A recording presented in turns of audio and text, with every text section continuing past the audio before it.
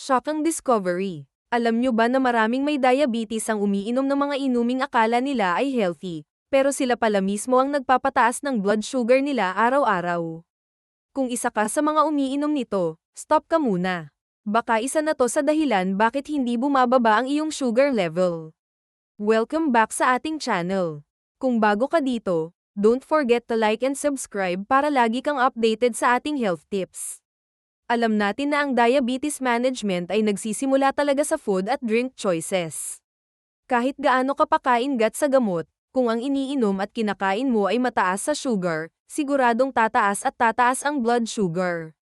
Kaya ngayon, pag-uusapan natin ang 8 inumin at pagkain na dapat iwasan ng may diabetes, kasama ang mas healthy alternatives para ligtas ka at kontrolado ang sugar mo.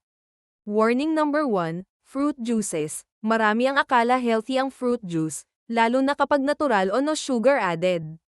Pero alam nyo ba, ang fruit juices, kahit fresh, ay may high sugar content.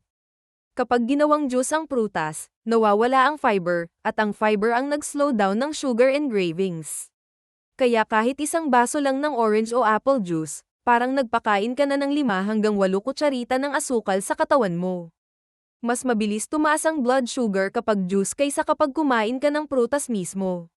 Kaya delikado sa may diabetes. Better alternative, kumain ng prutas ng buo, hindi juice. Piliin ang prutas na low glycemic tulad ng mansanas, peras, berries at avocado. Warning number 2, soda, soft drinks, isa sa pinakadelikadong inumin para sa may diabetes. Soda. Isang lata ng soda katumbas 10 sugar cubes. Oo, tama ang narinig mo, 10 pirasong asukal sa isang inumin. At hindi lang sugar, may high fructose corn syrup, na mabilis mag-trigger ng insulin spike. Regular na pag-inom ng soft drinks ay direktang nagdudulot ng pagtaas ng blood sugar, pagdagdag ng timbang, pagkapagod, mas mataas na risk ng complications tulad ng fatty liver. Better alternative, water dagdag lemon. Unsweetened iced tea, sparkle ang water. Warning number 3, puting kanin, yes, part itong inumin at pagkain. Alam natin na ang rice ay big part ng Filipino meals, pero para sa may diabetes. White rice katumbas sugar breakdown pagpasok sa katawan, nagiging glucose agad. At may mataas na glycemic index, ibig sabihin mabilis nagpapataas ng blood sugar. Better alternative, brown rice, red rice, quinoa, cauliflower rice, lalo na kung nagda-diet. Warning number 4, white bread at pastries. Ang white bread, pandesal, loaf bread, at pastries like ensaymada at donuts ay gawa sa refined flour.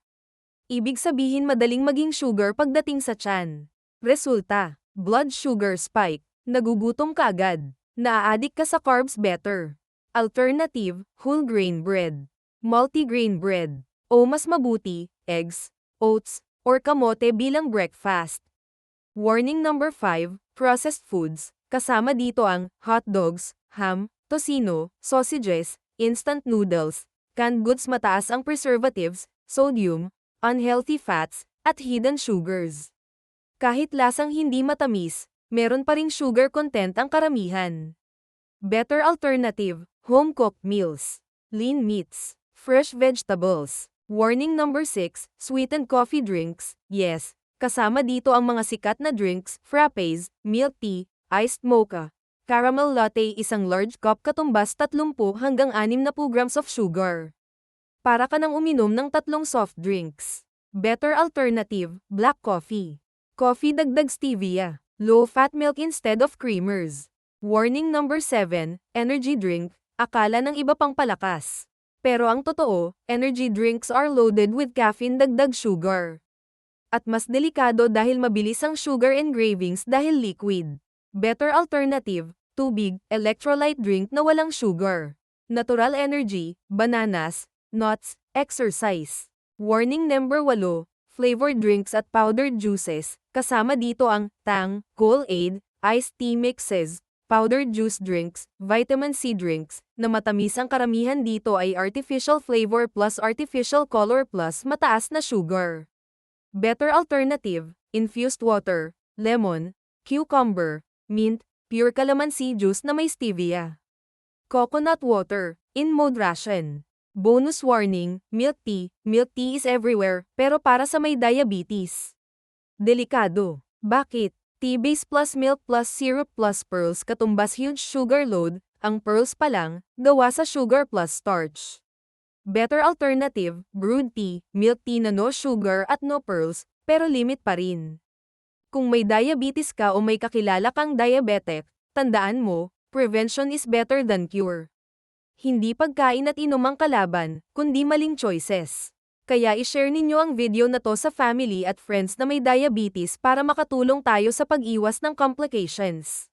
Don't forget to like, subscribe, at hit the notification bell para updated ka sa mga health tips natin. Stay healthy, stay informed.